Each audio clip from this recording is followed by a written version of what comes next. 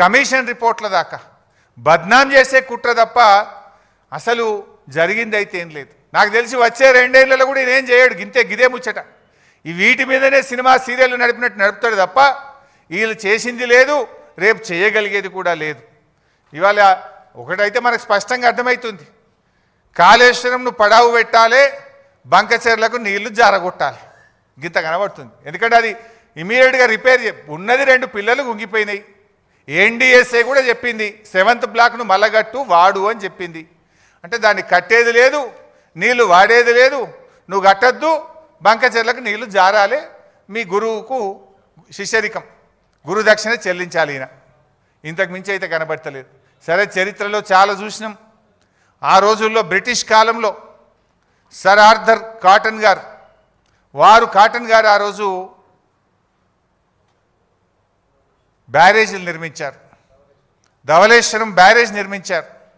రైతులకు మేలు జరగాలని ఆయన బ్రిటిష్ ప్రభుత్వంలో కూడా కష్టపడి బ్యారేజ్ నిర్మించి గోదావరి జిల్లాలకు సాగునీరు అందించాడు. ఆ జిల్లాలను సస్యశ్యామలం చేశారు. ఆ రోజుల్లోనే బ్రిటిష్ ప్రభుత్వం కాటన్ మీద కూడా కమిషన్ వేసింది. కాటన్ మీద హెమింగ్టన్ అనేటువంటి కమిషన్ ఒకటి వేశారు. ఆ కమిషన్ 900 ప్రశ్నలు అడిగింది.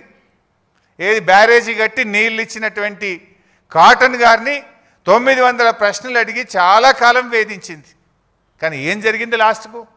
ఇప్పటికీ కూడా సర్ ఆర్థర్ కాటన్ గారు ఆ గోదావరి జిల్లాల ప్రజల గుండెల్లో నిలబడి ఉన్నాడు. ఈరోజు కూడా ఆయనని ఇప్పటికి కూడా దేవుళ్లాగా కొలుస్తూ ఉంటారు. నేను ఇప్పుడు ఈరోజు చెప్తా ఉన్నా, డెఫినెట్గా కేసీఆర్ గారు కూడా రేపు చరిత్ర పుటల్లో తెలంగాణ ప్రజల గుండెల్లో శాశ్వతంగా నిలిచిపోతాడు. ముమ్మాటికి కాళేశ్వరం తెలంగాణకు వరప్రదాయినే, తెలంగాణ భవిష్యత్తుకు ఒక గుండెకాయ లాంటిది కాళేశ్వరం ప్రాజెక్ట్. అఫ్కోర్స్ ఈ విషయం రేవంత్ రెడ్డి కూడా తెలుసు. నేను జోక్ చేస్తలేను, సీరియస్గా అంటున్నా. ఎందుకు ఈ మాట అంటున్నా చెప్పాలనా? కాళేశ్వరం కూలిందనేది ఆయన్నే. మొన్న యాదాద్రి జిల్లాలో పోయి గంధమల్ల కొబ్బరికాయ కొట్టిండా లేదా? గంధమల్ల ఏంటిది? Continuation of Kaleshwaram. మరి కూలిందనేది నువ్వే, గంధమల్ల ప్రాజెక్ట్ కొబ్బరికాయ కొట్టేది నువ్వే, కూలిందనేది నువ్వే. మూసీకి నేను కాళేశ్వరం నీళ్లు మల్లన్న సాగర్ నుంచి తెస్తా అని 6,000 కోట్ల రూపాయలకు టెండర్లు ఫైనల్ చేసినావా లేదా? మరి కాళేశ్వరం కూలిందంటావు, కాళేశ్వరం నీళ్లు 6,000 కోట్ల రూపాయలతో తెచ్చి మూసీలో పోస్తా అని టెండర్లు ఎట్లా ఫైనల్ చేస్తావు బిడ్డ? అంటే నువ్వు అబద్ధాలు చెప్తున్నావు, గోబలు చెప్తున్నావు.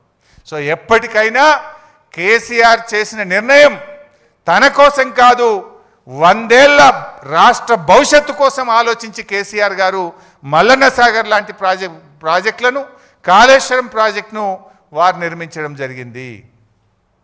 ఇక ఉత్తమ్ కుమార్ రెడ్డి నిన్న ఇంకో మాట మాట్లాడి, ఆయన మాట్లాడుకుంటూ లేదు మేము ప్రాణహిత చేవెళ్ళ ప్రాజెక్టులో అదేంది 11,000 కోట్ల రూపాయలు ఖర్చు పెట్టినాం, రాష్ట్రం ఏర్పడే వరకే దాదాపు 32% ఖర్చు పెట్టినాం అన్నాడు. ఆయన బిల్డప్ ఎట్లుంటుందంటే ఇక సత్యహరిశ్చంద్రునికి తమ్ముని లెక్క బిల్డప్ ఇస్తాడు.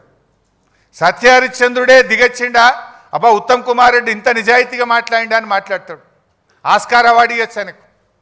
వాస్తవానికి చెప్పాలంటే 2014 రాష్ట్రం ఏర్పడే నాటికి ప్రాణహిత చేవెళ్లలో పెట్టిన ఖర్చు కేవలం 3,700 కోట్లు మాత్రమే.